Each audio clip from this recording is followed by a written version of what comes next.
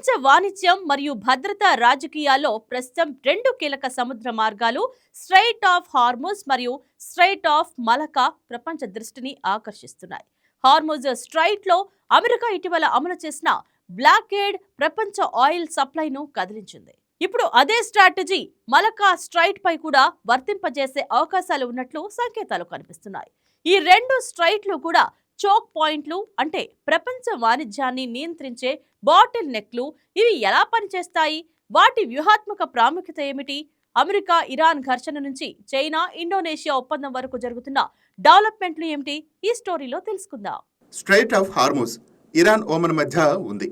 ఇది Persian Gulf నుంచి బయటకు వెళ్లే ఏకైక మార్గం.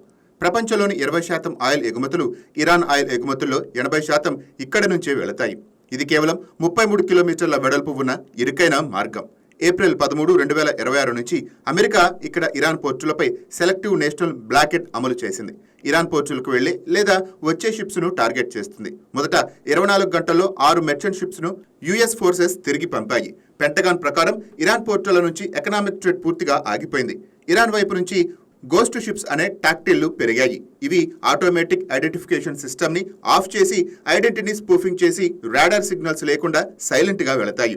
ఇరాన్ లింక్డ్ వెజల్స్ ఈ టాక్టిల్స్ తో బ్లాకెట్ ను టెస్ట్ చేస్తున్నాయని మారిటైమ్ ఇంటెలిజెన్స్ ఎక్స్పర్ట్స్ చెప్తున్నారు. ఇది షాడో వార్ లాగా మారింది. కొన్ని షిప్స్ స్లిప్ అయినా అమెరికా బ్లాకెట్ ఇరాన్ ఆయిల్ రెవెన్యూను తగ్గిస్తోంది. ఇది గ్లోబల్ ఆయిల్ సప్లై చైన్ పై ప్రభావం చూపుతుంది. భారతదేశం వంటి దేశాల్లో కూడా పెట్రోల్ ధరలు పెరిగే అవకాశం ఉంది. ఈ బ్లాకెట్ వల్ల ప్రపంచ దేశాలు ఇరాన్ పై ఒత్తిడి తెస్తున్నాయి. America strategy clear. ఇరాన్ను ఒంటరి చేసి దాని మీద యుద్ధం చేస్తే చుట్టుపక్కల దేశాలు అమెరికాపై ఒత్తిడి పెట్టేలా చేయటం. ఇది సక్సెస్ అయినట్టు కనిపిస్తోంది. ఇరాన్ గోస్ట్ షిప్స్ పంపడం ద్వారా బ్లాకెట్ పూర్తిగా పనిచేయటం లేదని చూపించాలని ప్రయత్నిస్తోంది. కానీ అమెరికా ఫోర్సెస్ ఇప్పటికీ కంట్రోల్లో ఉన్నట్టు చెప్పింది.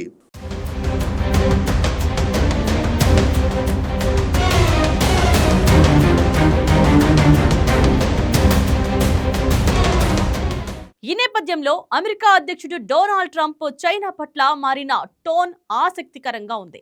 గత సంవత్సరం చైనాపై 100 నుంచి 250% టారిఫ్స్ విధించాలని బెదిరించిన ట్రంప్ ఇప్పుడు చైనాతో తమకు చాలా మంచి సంబంధాలు ఉన్నాయని, షీ జిన్పింగ్ తనను కౌగులించుకుంటారని ట్వీట్ చేశారు. చైనా ఇరాన్కు వెపన్స్ పంపకూడదని ప్రామిస్ చేసిందని కూడా చెప్పారు. ఇది హార్మూజ్ బ్లాకెట్ తో ముడిపడి ఉంది. ఇరాన్ ఆయిల్ ను చైనా కొనుగోలు చేస్తుంది. బ్లాకెట్ వల్ల చైనా కూడా ప్రభావితమవుతుంది. అందుకే ట్రంప్ చైనాను అపీల్ చేస్తున్నట్లు కనిపిస్తోంది. ఈ స్టేట్మెంట్స్ 70% సెల్ఫ్ ప్రమోషన్ అనిపించినా వ్యూహాత్మకంగా ముఖ్యం. ట్రంప్ చెప్పిన దాని ప్రకారం చైనా ఇరాన్కు వెపన్స్ పంపమని అంగీకరించింది. ఇది హార్మూజ్ ఓపెన్ చేయడంలో చైనా సహాయపడుతుందని అర్థం.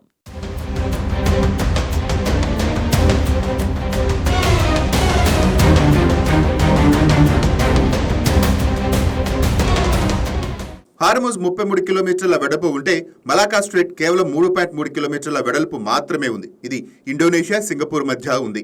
ఇది ఇండియన్ ఓషన్ నుంచి పసిఫిక్ ఓషన్కు వెళ్లే ముఖ్య మార్గం. ప్రపంచ వాణిజ్యంలో 40 నుంచి 50% చైనా ఆయిల్ ఇంపోర్ట్లో 70 నుంచి 80%, భారతదేశం మ్యారిటైమ్ ట్రేడ్లో 50% ఇక్కడ నుంచి వెళతాయి. ఇది చైనా మలాకా డైలమాకు కారణం. యుద్ధ సమయంలో ఇక్కడ బ్లాక్ అయితే చైనా ఎకానమీ కుప్పకూలిపోతోంది. హార్ముజ్ బ్లాకెట్ తర్వాత అమెరికా ఈ డైలమాను ఉపయోగించుకోవాలని చూస్తోందని విశ్లేషకులు అంటున్నారు. April 13, 2026 America defence secretary Pete Hegseth Indonesia defence minister Sjafrie శాంస్టుడిన్తో కలిసి మేజర్ డిఫెన్స్ కోఆపరేషన్ పార్ట్నర్షిప్ ప్రకటించారు. ఇందులో military modernisation, training, joint exercises ఉన్నాయి. కొంతమంది విశ్లేషకులు ఇండోనేషియా ఎయిర్ స్పేస్ లో అమెరికన్ మిలిటరీ ఓవర్ఫ్లైట్ అనుమతి గురించి చర్చలు జరుగుతున్నాయని చెప్తున్నారు. ఇది మలాకా స్ట్రైట్ సర్వేలెన్స్ పెంచుతోంది. ఇండోనేషియా ఫారెన్ మినిస్ట్రీ ఇలాంటి అన్రిస్ట్రిక్టెడ్ యాక్సెస్ పాలసీ లేదని చెప్పింది, కానీ ప్రపోజల్ ని పరిశీలిస్తోంది. ఇండోనేషియా స్ట్రాటజిక్ లొకేషన్ కారణంగా అమెరికాకు కీలకం. మలాకా బ్లాక్ అయితే చైనా ఎక్స్పోర్ట్లు, ఇంపోర్ట్లు దెబ్బతినవచ్చు. ఇది తైవాన్ కాన్ఫ్లిక్ట్ సమయంలో అమెరికాకు లివరేజ్ ఇస్తుంది.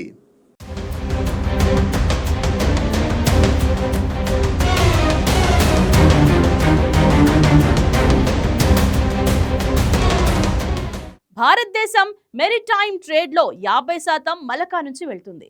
అండమాన్ దీవులకు దగ్గరగా ఉండటం వల్ల మనకు స్ట్రాటజిక్ ఇంట్రెస్ట్ ఉంది. చైనా కూడా తన కంట్రోల్ ఉండేలా belt and road initiative CPEC ద్వారా ఆల్టర్నేట్ రూట్లు తయారు చేస్తుంది. కానీ అమెరికా కంట్రోల్ వచ్చినా ఇది భారత్కు లాభం కలిగించవచ్చు లేదా రిస్క్ కలిగించవచ్చు. న్యూట్రల్ స్టేటస్ ఉంటే భారత్ రెండు వైపులా బ్యాలెన్స్ చేయవచ్చు. చైనా కోసం ఇది మలకా డైలమాను మరింత తీవ్రం చేస్తుంది. హార్మోజ్ లాగా మలకాను బ్లాక్ చేస్తే చైనా ఎకనామీకి భారీ నష్టం. అందుకే చైనా BRI, CPEC ఆల్టర్నేట్ రూట్లు అభివృద్ధి చేస్తుంది. హార్మోజ్ బ్లాకెడ్ ఆర్థిక యుద్ధానికి ఉదాహరణ. మలకా మీద అమెరికా పట్టు ఏర్పడితే ఇది గ్లోబల్ సప్లై చైన్ను మార్చవచ్చు. ఇండోనేషియా, సింగపూర్, మలేషియా వంటి దేశాలు న్యూట్రల్ గా ఉండాలని కోరుకుంటాయి. కానీ డిఫెన్స్ ఫ్యాక్ట్లు వాటిని ఒక వైపు నుంచి లాగవచ్చు. ప్రపంచ లీడర్లు మెచ్యూర్ గా ఆలోచించాలి. భారతదేశం వంటి దేశాలు డైవర్సిఫైడ్ రూట్లు అభివృద్ధి చేయాలి. ఈ సిచ్యువేషన్ లో భారత్ కు ఏది బెటర్? చైనా లేదా అమెరికా? మలకా మీద ఎవరికి ఎక్కువ పట్టు? ఇది భారత్ ఎకనామిక్ ఇంట్రెస్ట్లు, సెక్యూరిటీపై ఆధారపడి ఉంటుంది. ఈ డెవలప్మెంట్లు ప్రపంచ ఆర్థిక వ్యవస్థను కదిలిస్తున్నాయి. హార్మోజ్ నుంచి మలకా వరకు ఈ గేమ్ కొనసాగుతుంది. భారతదేశం జాగ్రత్తగా ఉండి దీర్ఘకాలిక స్ట్రాటజీలు రూపొందించాలి. ప్రపంచం మరింత స్థిరత్వం కోసం డిప్లొమసీ, డైలాగ్ మార్గం అనుసరించాలి. Please subscribe to YK TV Network. Please subscribe to YK TV. Please watch YK News. Subscribe to YKTV. Please subscribe to YK TV. Subscribe to YK TV. Please do subscribe to YK TV. And do subscribe to YKTV. Subscribe YK TV. YK టీవీని subscribe చేసుకోండి. Please do subscribe YK channel. Subscribe YK TV.